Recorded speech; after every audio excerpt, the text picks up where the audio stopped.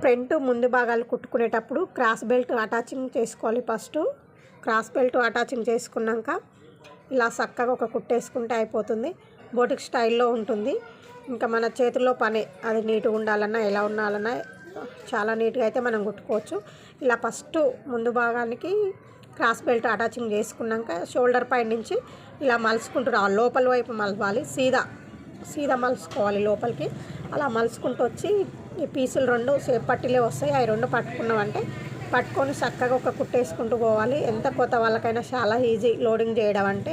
ఇంక ఇది బయట మనకు ఎక్కడ కనిపించదు. ఇలా పోగులు వేసి దారాలు అయితే కనిపించదు. చాలా నీట్గా అంటే నీట్గా కనిపిస్తుంది.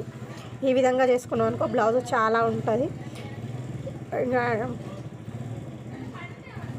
కస్టమర్లకు కూడా బాగా నచ్చుతుంది. బయట కుట్టు కంటే లోపల కుట్టే లోడింగ్ నీట్గా ఉంటే బ్లౌజ్ చాలా ఫినిషింగ్గా ఉంటుంది. చూడండి ఇలా ముందు భాగం ఉక్స్పట్టి నుంచి మనం పీస్ ఇలా ఉల్టా తీసుకున్నాం అనుకో మళ్ళీ మనకు సీదా వచ్చేస్తుంది. చాలా తొందరగా వెళ్తుంది ఈ విధంగా తీసుకుంటే. ఇంకా ఉల్టా సీదా చూసినామంటే సేమ్ ఉంటుంది. ఉల్టా నుంచి కూడా పోగులు అయితే బయటికి వెళ్ళవు. చూస్తుండవండి ఎలా ఉందో బ్లౌజ్ అయితే. ఇదిగో చూసిరా షేప్ పట్టి దగ్గర షేప్ పట్టి సేమ్ రెండు షేప్ పట్టీలు ఒకటే దగ్గర ఉన్నాయి. ఇవి డాట్స్ గల్ల ముందు భాగం గల్ల కూడా సేమ్ అయితే ఉన్నాయి.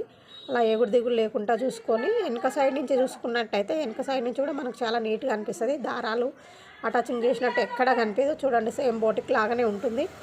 ఒకసారి మీరు కూడా టైలర్స్ ఇలా ట్రై చేసి చూడండి. ఎంతమంది ఇలా కుడతారో కామెంట్స్ పెట్టండి. నా వీడియో నచ్చితే ఒక లైక్ చేయండి ఫ్రెండ్స్. బాయ్ మరి.